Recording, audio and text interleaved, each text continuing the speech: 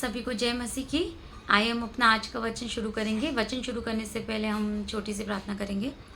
धन्यवाद धन्यवाद धन्यवाद सर्वशक्तिमान परमेश्वर पिता। आइए पवित्र आत्मा, हम आपको पुकारते, हमारे बीच में आप आ जाइए और हमारी अगुवाई करें। पवित्र आत्मा, आप अपने वचनों के द्वारा हम में से हर एक से बातें करें और आपका ये वचन हमारे जीवनों में 100 गुना फसल को लेकर आए। सुनने वाले कान, सारे हृदयों को और बोलने वाले मुंह को भी प्रभु जी आपके लहू से ढाक देते और प्रार्थना करते कि सिर्फ और सिर्फ आपकी इच्छा पूरी होने पाए, यीशु नाज़री के नाम से। धन्यवाद के साथ प्रार्थना यीशु मसीह के पवित्र और सामर्थी नाम से मांग लेते हैं, आमीन। आज का जो वचन है वो है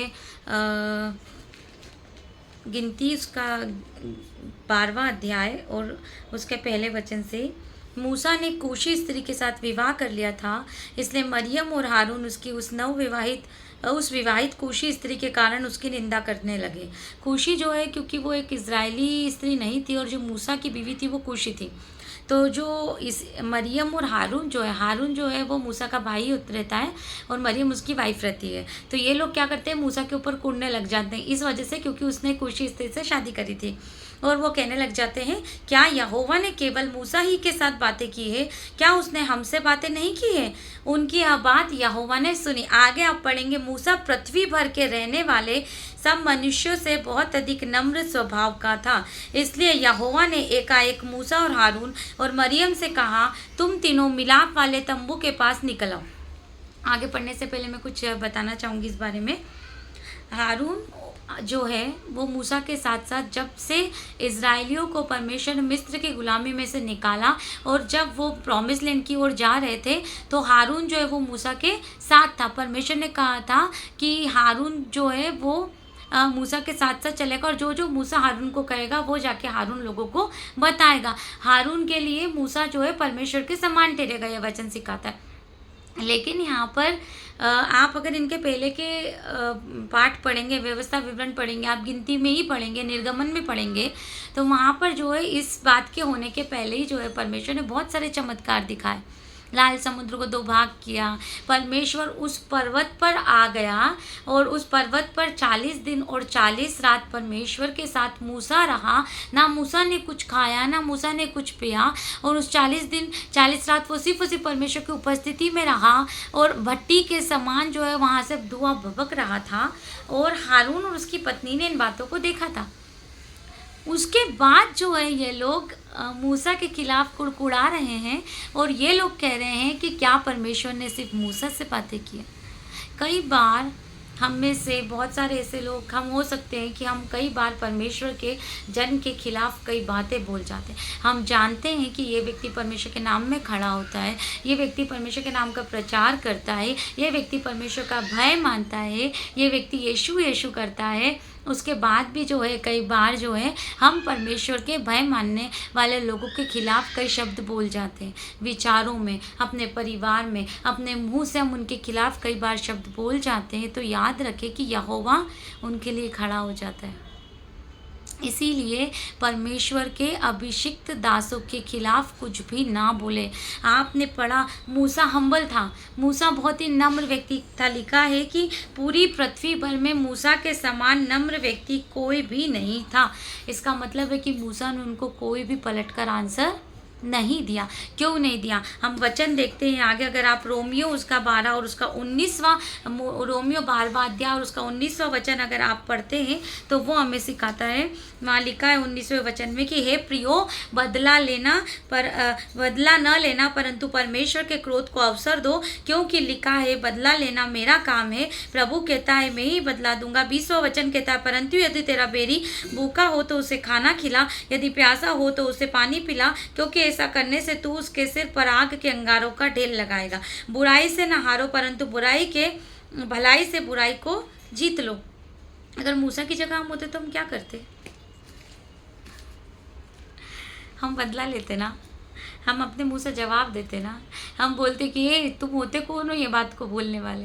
क्या तुम्हें पता है कि मैं परमेश्वर से आमने सामने बातें करता हूँ, परमेश्वर मुझसे बात करता है, परमेश्वर ने तुमसे नहीं मुझसे बात करी। मैं भी ऐसा बोल सकते थे, क्योंकि वो परमेश्वर का इतना अभिषिक्त दास था कि परमेश्वर उस सामने सामने बात कर रहे। पर मूसा ने कोई आंसर नहीं दिया। मूसा ने आंसर नहीं दिया क्योंकि मूसा ने परमेश्वर के इन वचनों को माना कि हमें क्या करना है, हमें बुराई के बदले भलाई करनी है, हमें इन लोगों के लिए प्रार्थना करनी है और हमें जो है बुराई को भलाई से जीत लेना है, हमें प्रेम को दिखाना है। तो मूसा वहाँ प्रेम दिखा रहा है, ठीक है, लेकिन परमेश्वर बदला लेने वाला परमेश्वर है।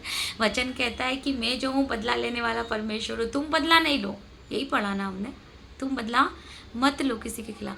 तो अगर आपने किसी को परमेश्वर के किसी अभिषिक्त दास के खिलाफ कुछ बोला है, तो सबसे पहले तो मैं आपसे यही शेयर करना चाहूँगी कि आपने मैंने कभी भी हमारे मुँह से ऐसा निकलता तो हमें क्षमा मांगनी है परमेश्वर के समक्ष आके, क्योंकि परमेश्वर अपने लोगों के लिए खड़ा हो जाता है।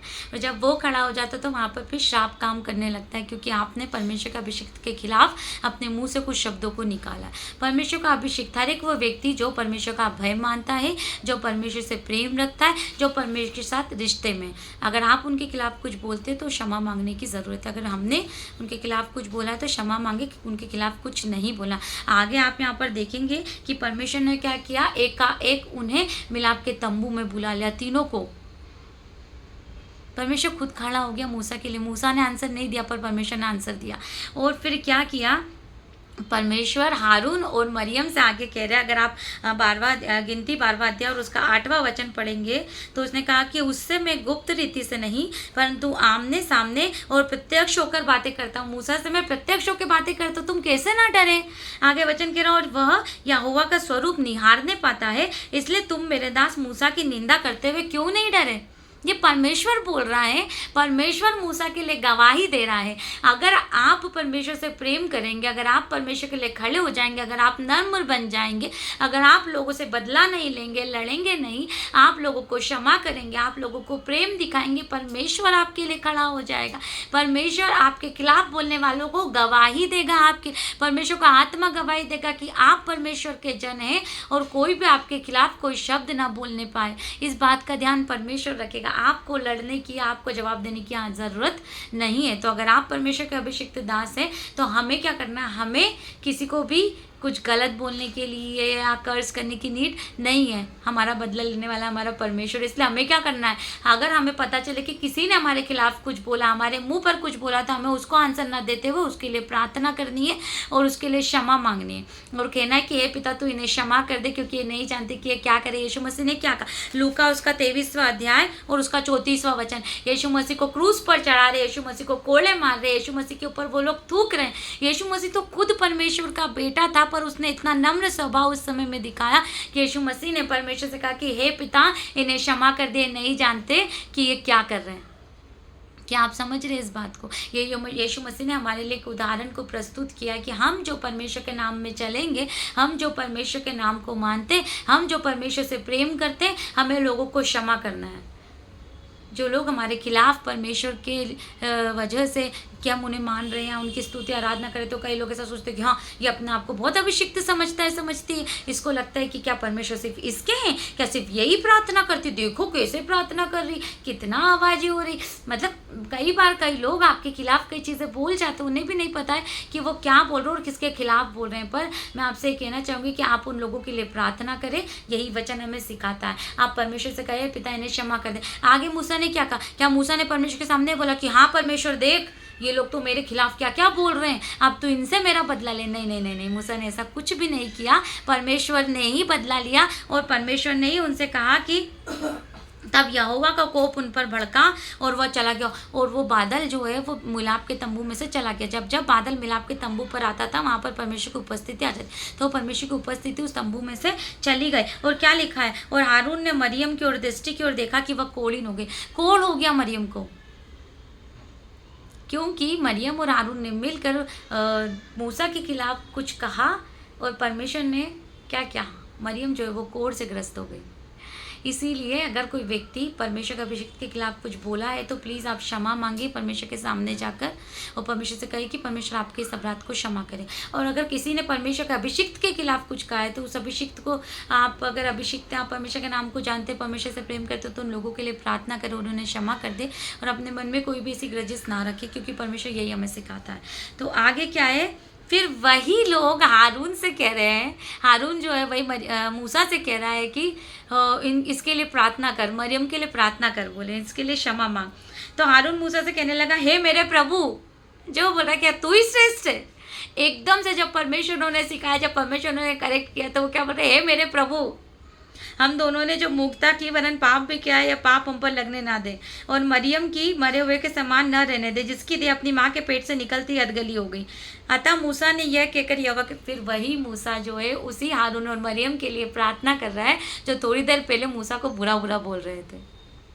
यही हमें भी करना है, ठीक है। हमें लोगों के लिए प्रार्थना करनी है, क्षमा मांगनी। यीशु मसीह ने भी यही हमें सिखाया। लूका उसका 23वां अध्याय और उसका 34वां वचन है, पिता इन्हें क्षमा कर दे, ये नहीं जानते क्या करें। हमें भी वही करना है।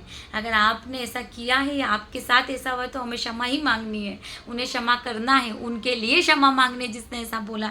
तो क्या लिखा है आगे कि मूसा प्रार्थना कर रहा है, हे ईश्वर कृपा कर और उसको चंगा कर दे। तो यहोवा ने मूसा से कहा कि क्या मरियम के ऊपर उसका पिता थूक देता था वो 7 दिन तक ऐसी नहीं रहती, तो 7 दिन बाद जो है वो अच्छी हो जाएगी और वापस से तंबू में आ पाएगी। तो किसने प्रार्थना किया? मूसा ने। उसके बाद वो उसके कोढ़ से शुद्ध हो पाए। अब नया नियम है, अब तो हम अनुग्रह में है। तो अगर आप सारे हृदय से परमेश्वर के समक्ष आएंगे और उससे प्रार्थना करेंगे और क्षमा मांगेंगे तो हमारा परमेश्वर जो वो एबल है आपको क्षमा करने के लिए। तो यहाँ हमने क्या सीखा? हमने ये सीखा है कि हमें बदला नहीं लेना है, हमें लोगों को क्षमा करना है। अगर आपने ऐसा कर भी दिया तो आपको परमेश्वर से क्षमा मांगनी। कई बार हमारा एक इंस्टेंट रिएक्शन आता है, पर परमेश्वर का वचन कहता है कि बदला लेना उसका काम है, हमें तो सिर्फ प्रेम दिखाना है ना, हमें यीशु मसीह के स्वभाव को दिखाना। तो आइए हम परमेश्वर के इस वचन के लिए प्रार्थना करेंगे। आइए हम सब अपनी आंखों को बंद करेंगे और प्रार्थना में जाएंगे। धन्यवाद धन्यवाद धन्यवाद राजाओं के राजा, धन्यवाद पिता परमेश्वर, सर्वशक्तिमान पिता ईश्वर, हम आपकी स्तुति करते हैं, हम आपकी आराधना करते हैं, आपके समक्ष अपने शीश को झुकाते और आपसे कहते हैं पिता कि हम में से हर एक को परमेश्वर पिता आप क्षमा कर दे। अगर प्रभु जी हमारे मुंह से किसी भी अभिषिक्त के खिलाफ कोई शब्द निकला या हमने उसे बुरा बुलाया, प्रभु जी उसकी निंदा की पीठ पीछे परमेश्वर पिता, तो हमारी इस बुराई को मिटा दे पिता परमेश्वर। तू दया का सागर, क्षमा की खान परमेश्वर है मेरे प्रभु जी। अपने प्रभु जी दास के इस अपराध को मिटा दे मेरे प्रभु जी, अपने लहू से धो दे, हमारे इस पाप को रीम के समान में श्वेत कर दे परमेश्वर पिता। और प्रभु हमें ऐसा बना, हमें हम्बल बना, हमें नम्र बना मूसा के समान परमेश्वर पिता, ताकि हम भी लोगों को क्षमा कर पाए परमेश्वर पिता, ताकि हमारे मुंह से किसी के भी खिलाफ कोई बात ना निकले, हम बदला ना ले परमेश्वर पिता, परंतु परमेश्वर पिता हम बुराई को भलाई से जीतने वाले होने पाए यीशु के नाम से। हे परमेश्वर पिता, ना ही हम किसी अभिषेक के खिलाफ कुछ बोले, और अगर किसी ने हमारे खिलाफ कुछ बोला था हम उसे भी क्षमा करने पाए यीशु नाजरी के नाम से।